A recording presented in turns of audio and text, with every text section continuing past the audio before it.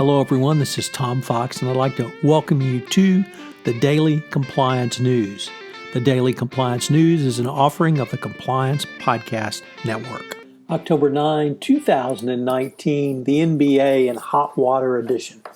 First up, Dick's Sporting Goods CEO says the company has destroyed $5 million worth of guns instead of returning them.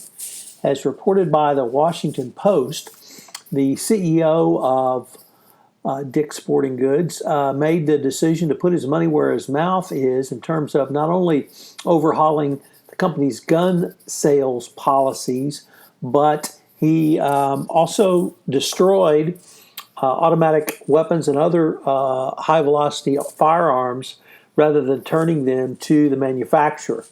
The action by Dick's involved some $5 million worth of weapons, turning it into scrap, and it's certainly been applauded by anyone who doesn't think there's a need for automatic weapons to be in the general population, particularly after the September massacres that we have seen. From the Wall Street Journal Risk and Compliance Journal, the Justice Department has issued some new guidelines on inability to pay claims. The guidelines direct prosecutors to assess a company's financial condition in deciding whether it can pay a criminal fine. The move is designed to give prosecutors and companies more transparency around what to expect when financially troubled companies face criminal penalties. The aim, according to Brian Benchkowski, is for companies to work diligently to deter criminal wrongdoing before it ever needs the attention of the Department of Justice. But he wants the DOJ to make wise decisions about how to approach these things when things go wrong. He pointed to the example in a speech announcing the policy of Odebrecht, which had its fine significantly reduced on an inability to pay claim analysis. Of course, no word on whether this would apply to individuals who can't pay fines and penalties as well. Nevertheless, pretty stunning or a pretty good move by the Department of Justice.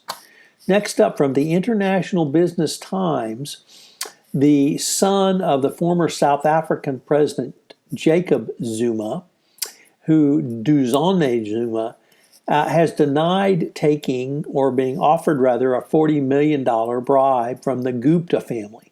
He was testifying before judicial inquiry probing allegations that his father organized a systematic plunder of government coffers in the state capture scandal. He had been named by numerous witnesses, and one deputy finance minister said he was offered a $40 million bribe by one of the Gupta brothers as well.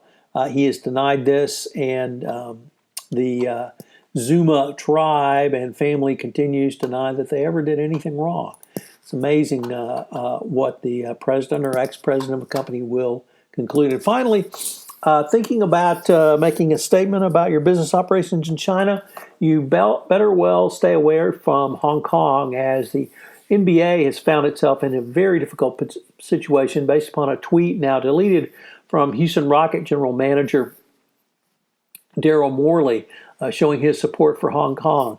The Chinese government came down almost immediately and criticized Morey. The Houston Rockets pulled business opportunities from the Rockets, canceled games from a Rocket minor league club, refused to broadcast Rocket games.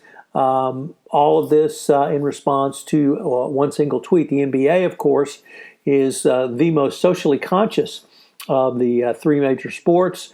Certainly in America, it's unclear whether the players will be allowed to speak out individually or what their impact might be. LeBron James and the Lakers are headed out to China, so it's going to be interesting to see. Adam Silver has reaffirmed the right of free speech for NBA players, perhaps general managers such as Daryl Morey.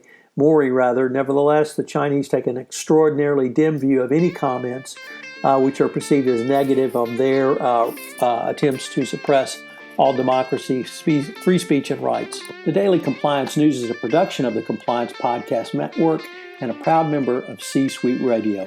Thanks so much for listening.